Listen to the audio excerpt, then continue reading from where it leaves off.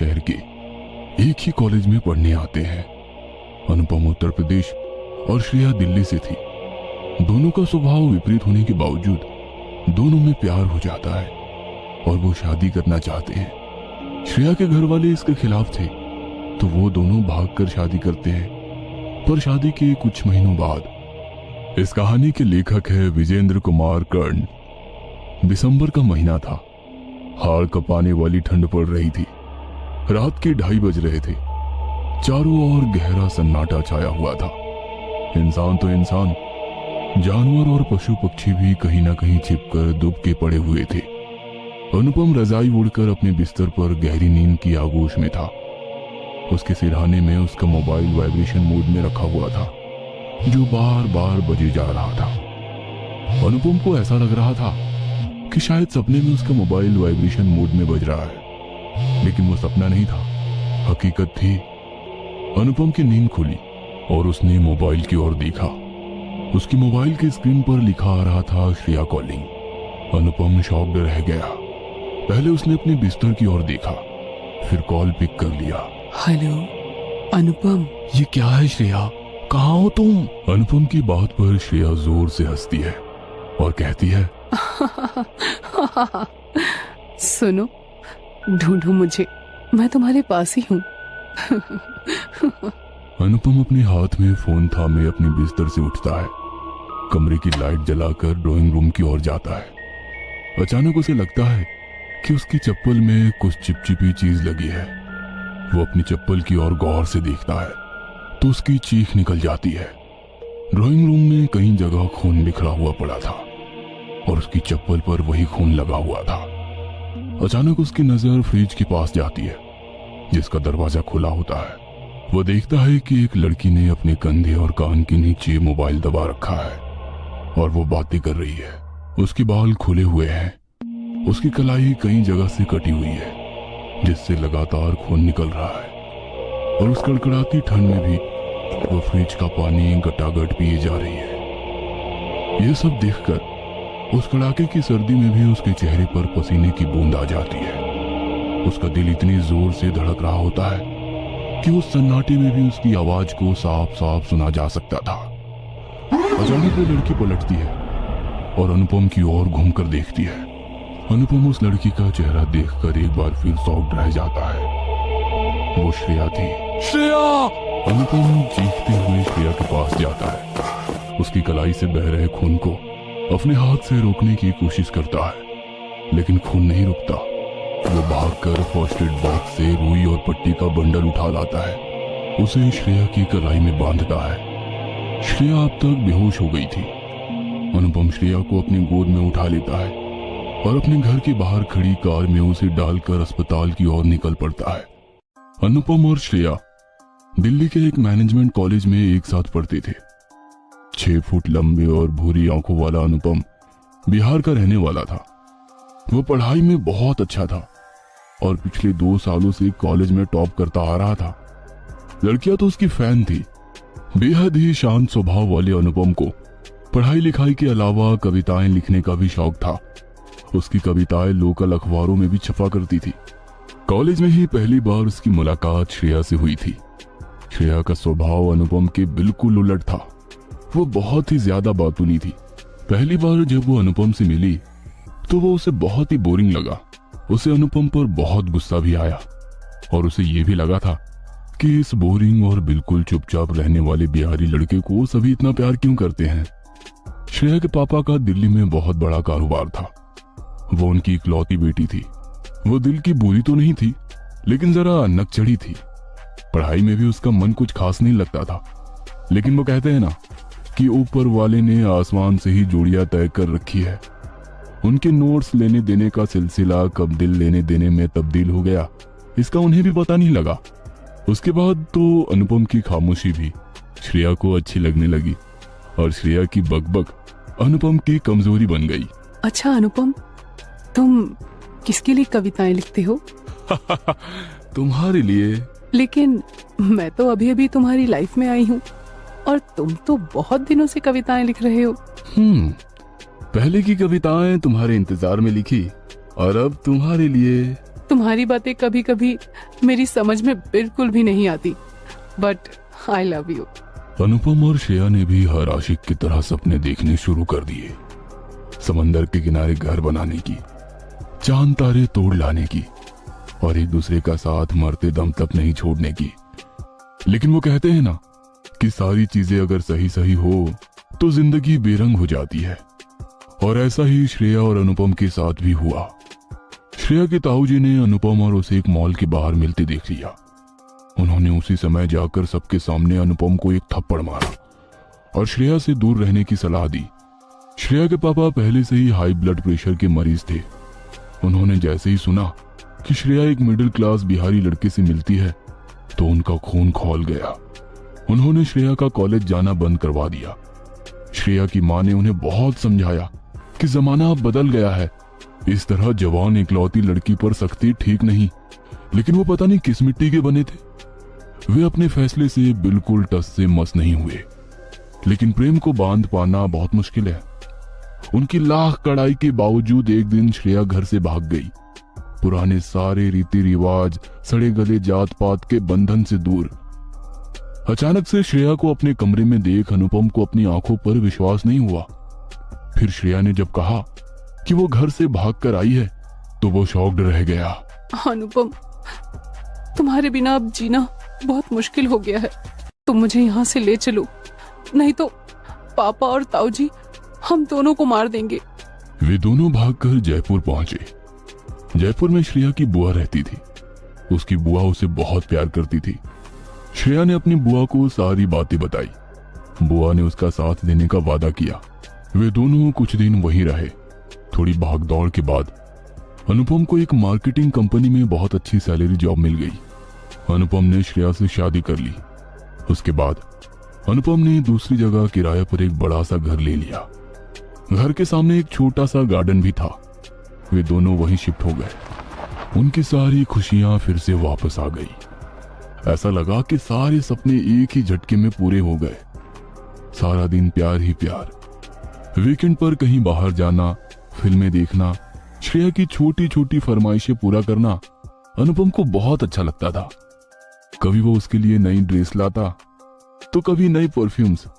जिंदगी के हर एक पल को वो जी रहे थे। लेकिन इन नए घर में शिफ्ट होने के 3 महीने बाद सब कुछ बदल गया।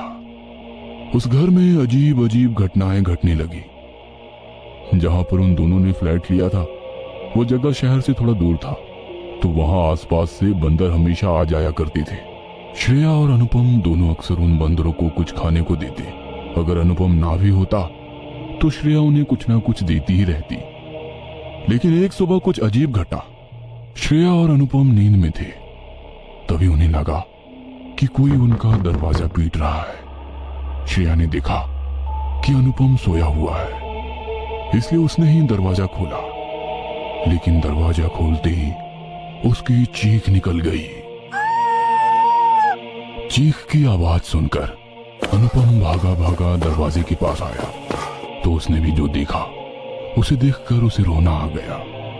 उसने देखा कि बंदर के एक बच्चे की गर्दन गार्डन के एक पौधे की लता से लिपट गई है, जिससे उसका दम घुट गया और वो मर गया है। बंदर की मां को कुछ समझ नहीं आ रहा था कि ये क्या हो गया। कभी वो अपने बच्चे के मृत शरीर के पास जाती, कभी अनुपम का दरवाजा पीटती। श्रेया को ऐसा लगता कि इस तरह से बंदर के बच्चे का उसके घर में ही मर जाना किसी अपशकुन का संकेत है। उस दिन के बाद से अनुपम ने देखा कि श्रेया का बर्ताव बदलता जा रहा है। बातों ने श्रेया एकदम चुप चुप रहने लगी थी। वह हमेशा कमरे की खिड़की से बाहर झांकती रहती और मन ही मन कुछ बुदबुदाती। अनुपम जब उससे कुछ पूछता तो वो अनुपम को अजीब नजरों से घूर कर देखती। इस बीच उसके घर में एक और घटना घटी। एक दिन दोनों डाइनिंग टेबल पर बैठे थे। अनुपम श्रेया को अपने हाथों से खिलाने की कोशिश कर रहा था, लेकिन वो तो खा ही नहीं रही थी। वह चुपचाप डाइनिंग टेबल के ऊपर लगे पंखे को घूर रही थी। अचानक ना जाने क्या हुआ, एक जोरदार आवाज के बाद वो पंखा टूटकर नीचे गिर पड़ा। वह तो अनुपम ने सही समय पर श्रेया को वहां से हटा लिया, नहीं तो कुछ भी हो सकता था। हर दिन नई घटनाएं अब उस घर में घटने लगी। एक रात अनुपम ऑफिस के काम में बिजी था। श्रेया बिना कुछ बोले छत पर चली गई। थोड़ी देर बाद अनुपम जब उसे खोजता हुआ उसके कमरे में आया तो उसने उसे वहां नहीं पाया। वो उसको आवाज देता हुआ छत की ओर भागा। छत पर जाकर उसने देखा कि श्रेया तो छत की बाउंड्री पर कुछ बड़बड़ाते हुए चल रही है। वह किसी तरह उसे समझा बुझाकर नीचे लाया। अनुपम को समझ नहीं आ रहा था कि आखिर श्रेया को हो क्या गया है, वह ऐसी हरकतें क्यों कर रही है। इस बीच अनुपम ने एक और बात नोटिस की कि श्रेया भगवान की किसी भी मूर्ति के पास नहीं जाना चाहती। जब अनुपम पूजा करता तो वो जोर जोर से चिल्लाकर कुछ ऐसी हरकतें करने लगती कि अनुपम को अपनी पूजा छोड़नी पड़ती। यही सब सोचते हुए अनुपम अस्पताल पहुंचा। डॉक्टर ने उसे तुरंत एडमिट कर लिया। डॉक्टर ने यह भी बोला कि पुलिस को इन्फॉर्म करना पड़ेगा क्योंकि ये तो पुलिस केस है। उसकी पत्नी ने सुसाइड अटेम्प्ट किया है। तब अनुपम ने रोते हुए डॉक्टर को सारी बातें बताई और उनसे गिड़गिड़ाते हुए रिक्वेस्ट किया कि वो प्लीज पुलिस को ये सब ना बताए। डॉक्टर उसकी बात मान गया और उसने कहा कि ठीक होने के बाद वो अपनी पत्नी को किसी अच्छे साइकियाट्रिस्ट को दिखाए। कुछ दिन बाद श्रेया अस्पताल से आई। अनुपम किसी अच्छे साइकियाट्रिस्ट के बारे में ही पता कर रहा था कि एक दिन श्रेया ने कुछ ऐसा किया जिसे देखकर अनुपम को लगा कि उसकी पत्नी पर कोई साया है। एक रात जब अनुपम की नींद खुली तो उसने देखा कि उसकी पत्नी बाहर बगीचे में निकल गई है और वो नीचे बैठकर किसी से अजीब भाषा में बातें कर रही है। कभी वह जमीन पर लौटने लगती, कभी अपने नाखून से जमीन को कुरेदने लगती। अनुपम ने जब उसे टोका तो उसने पहली बार अनुपम पर हमला कर दिया और किसी जानवर की तरह उसके शरीर को नोचने लगी। अनुपम ने किसी तरह उसकी गिरफ्त से खुद को छुड़ाया। कुछ देर बाद श्रेया खुद ब खुद शांत हो गई। अगले दिन अनुपम ने अपने ऑफिस के सबसे अच्छे दोस्त कुणाल को सारी बातें बताई। कुणाल ने उसे एक पहुंचे हुए अघोरी का पता बताया। उसने ये भी बताया कि वो अघोरी शमशान में ही रहता है और रात को ही उससे मिला जा सकता है क्योंकि दिन में वो कहाँ जाता है इसका पता किसी को नहीं। अनुपम ने तय कर लिया कि उसे क्या करना है। वो श्रेया को लेकर अगले दिन उसी अघोरी बाबा के पास पहुंचा और उन्हें सारी बातें बताई। अघोरी ने श्रेया को घूरते हुए देखा। श्रेया भी अघोरी को घूरने लगी। फिर अघोरी ने अनुपम के कान में कुछ कहा। अनुपम वहां से उठकर चला गया। जब वो आया तो उसके हाथ में शराब की एक बोतल थी। अघोरी ने शराब की बोतल वहां रखे एक पत्थर पर दे मारी। पूरी की पूरी शराब जमीन पर गिर गई। उसके बाद अघोरी ने उस बोतल के टुकड़े से जमीन पर एक घेरा बनाया। उसने अनुपम को एक सिक्का उस घेरे के बीच में रखने को कहा। उसके बाद अघोरी कुछ मंत्र पढ़ने लगा। पल में ही उस सिक्के से खून निकलने लगा। जैसे जैसे उस सिक्के से खून निकल रहा था श्रेया के शरीर में भी ऐंठन होने लगी। वह जमीन पर लौटने लगी। अघोरी ने सिक्के को उठाकर दूर जलती हुई चिता पर फेंक दिया। श्रेया बेहोश हो गई। तुम्हारी पत्नी पर किसी ने काला जादू किया है। ये काले जादू की गिरफ्त में है। अगर ज्यादा दिन तक ये इस तरह रही तो मर जाएगी। अनुपम अघोरी की बात को गौर से सुन रहा था, लेकिन उसके बाद अघोरी ने जो बताया उसे सुनकर अनुपम को बहुत गुस्सा आया। श्रेया पर काला जादू उसके पापा और ताऊ एक अघोरी के जरिए कर रहे हैं और इस काम में उनकी मदद कर रही है श्रेया की बुआ। कहने को उसने तुम लोगों की मदद की, लेकिन कोई भी तुम्हारे साथ श्रेया की शादी से खुश नहीं है। अनुपम मन ही मन सोचने लगा, क्या दुनिया है ये। औलाद से ज्यादा लोगों को अपनी जात, अपनी बिरादरी की फिक्र है। श्रेया के पिता द्वारा किया जा रहा काला जादू कट सकता है, लेकिन इसमें किसी ना किसी की जान जरूर जाएगी। वो जान किसी की भी हो सकती है, तुम्हारी या उसके परिवार में से किसी की भी, जो भी इस जादू में शरीक है। अनुपम ने मौन सहमति दे दी। अघोरी अपनी पूजा में लग गया। कुछ दिनों बाद श्रेया फूट फूट कर रोई जा रही थी। उसके सामने सफेद कपड़ों में लिपटी लाश पड़ी थी। अगरबत्ती का धुआं ऊपर की ओर उठ रहा था। क्यों छोड़कर चले गए मुझे? अब मैं किसके सहारे जीऊंगी, किसके सहारे जीऊंगी? किसको अपना पापा कहकर बुलाऊंगी? किसको?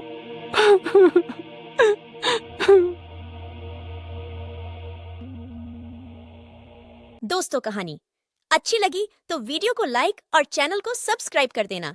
वीडियो देखने के लिए धन्यवाद।